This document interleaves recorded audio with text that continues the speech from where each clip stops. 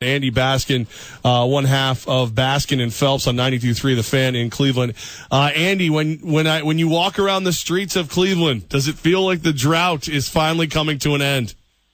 I'll tell you that folks are very excited here. I think that folks think that we're on the verge of something great that could be great for a while, and I know folks are really, really excited. They're playing great basketball. They've been playing great basketball since about, I don't know, with 2 months left to go in the season. Things started to click. They got better every day. And now that we see them in the playoffs, they're executing, I think, what Ty Lue wanted as soon as he got the job. Just so you know, Andy, I've picked the Cavs to go all the way. Well, then we're all good then. Yeah, we are. Yeah, no, I worked in I actually worked in radio in Cleveland for a little while. Very nice. Going back. You know how. Oh, I know how crazy the fans are. Nuts. I've never seen it. Look, I'm from New York. Never seen anything like it. We used to broadcast when the Browns were playing. And most of the people in the bar were dressed in Browns uniforms, outfits, paint. So, yeah, Cleveland fans are passionate. And it would be great. Well, go ahead. I'm sorry, Andy. No, please. You go. No, I was going to say, most of those fans that were in the bar probably just got cut from the team anyways because they've been playing for them. That's the problem. Yeah, that's true. Andy Baskin joins us right now, breaking down Cleveland's hopes of finally ending the championship drought. Andy, I heard on Mike and Mike this morning, right here on 104.5 The Team, the best question of the day was asked in the last 30 seconds, and I think you are the perfect person to answer it. Is this the best big three in basketball? Kyrie Irving, Kevin Love, LeBron James. Is this the best big three? Yeah, for now it is. I don't think there's any question. The question is, do you need three or do you need two to win, or do you want to count Draymond Green and do you want to say they're a big three at Golden State? But yeah, I think so, especially the way they've been playing, like I said, over the last month and a half. So I don't see why they wouldn't be the best three. It gets back into playing defense. If that's one of the things that you need to be a great three, then they've all proven that they've gotten better along the way, too. Andy, what do you think the strategy has to be? I mean, let's jump past Toronto because I think they're done. And it's the Cavs and the Warriors. How do the Cavs have to play that game? The way they've been playing now, they've spent a lot of time over the last 2 weeks, especially after this Atlanta series, where everyone wants to call them a three-point shooting team, and they do not want to be called a three-point shooting team at all. Like, you can't ask a question and say, well, that happened yesterday. Somebody national said, hey, are you guys a perimeter shooting team? Like, no. Are you guys a three-point shooting team then? Would you call yourself that? No. But you guys just broke all these records in that series against Atlanta. Are you a three-point No, we're not. We're a team that moves the ball around and creates opportunity, and that's what makes them so dangerous right now. Plus, they've all bought into what's going on.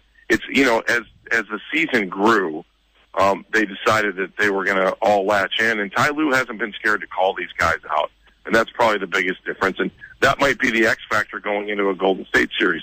But let's not forget, LeBron James almost won that series last year, or at least kept the Cavaliers alive for 2 games, which the Cavs have never done in their entire history of the franchise, even win 1 game in an NBA Finals. LeBron got 2. So you tell me, if you want to sit here and talk about the regular season and say Golden State was better than the Cavs when they played twice, they were. But this isn't the regular season, and the Cavs have completely put the regular season in the rearview mirror. Andy Baskin joining us right now to break down the Cavs. So, Andy, one of the nightmare scenarios for me as a Knicks fan is David Blatt is one of the finalist potentials to take over the head coaching job.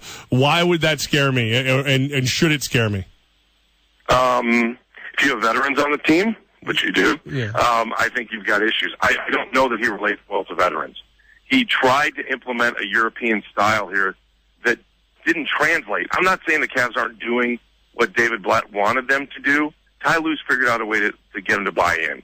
When he was hired to be here, he was hired to be with Andrew Wiggins. He was here to be with a young team that would have Tristan Thompson and a very young, still, Kyrie Irving. That might have been a good place for him to be at the time. It wasn't a good fit here in Cleveland. David Griffin, the GM, knew it. And so if I'm in New York, I've got to figure out what kind of a team do I want. And if my team is going to be a young nucleus team where we're going to go out and just try to refresh this whole thing over again, then David Blatt's a good idea. But if Melo's there, I don't know what the answer is. Maybe David Blatt learns from what happened here in Cleveland and knows how to work with guys that know how to play the game a little bit better. it's an interesting situation. I think he's good for a team that is just trying to rebuild and figure out where they're going. He's a good coach. I think coaches around here respect him, especially all the local coaches around here. They all think he's a good coach. He knows the game. I know he knows the game. It didn't work here. I do think it would work with a young team. Andy Baskin, he's co-host of Baskin and Phelps 92.3 The Fan in Cleveland, the midday show. Andy, one of the, as somebody who watches Cleveland sports a lot because of LeBron, because of the saga that is the Browns, what would happen? Like, let's say they do win this. The Cavs win the finals. The ticker tape falls. LeBron doesn't leave after that, right? I mean, that's been some speculation. No. Okay, so he learned his lesson the first time. Yeah, I don't think he's leaving. I mean, he has the right to. He had the right to before. It was that stupid TV show that everybody hates that made him into a narcissist and put him, for the first time in his career, as an evil character in the NBA. That some people didn't like him because he left because that Cleveland hated him. I mean, as you know, this town hated him. Yep. One guy burned his jersey, by the way. Can we quit playing the reel on SportsCenter? That everyone in Cleveland was burning their jersey. And one guy who was a radio guy, by the way, that said, "Hey, let's burn my jersey." I mean, that is the most overblown piece of video I've ever seen. Because I work at Channel 5, and that's where it came from. Yeah. And we watched it all happen. Didn't that same fool put the jersey back on when he came back, even with the burn marks? Yeah, yes, he did. And I'm surprised he didn't set himself on fire. Well, maybe if he went to the flats and got drunk enough, that could have happened. Yeah, the flats are coming back, by the way. They were dead there for a while. Now they're coming back to eSport. There's a lot. See, the thing about the Cavaliers right now in the city of Cleveland is it's all a part of a rebirth. And, millennials are moving back to downtown Cleveland. I don't know what it was like when you were here, but nobody lived downtown. I mean, nobody. You can't get an apartment downtown. Every apartment is filled. They're turning the Terminal Tower into apartments. The Halley building where we have our radio show is now being turned into apartments, condos and apartments all over the place. Kids are moving back downtown, and downtown's a really cool place to be right now to live. Like my nephew graduated from Ohio State. I'm like, what are you going to do? He's like, I'm living downtown, man. This is where I want to be. So the downtown district has completely changed. Just even in the last 5 years. We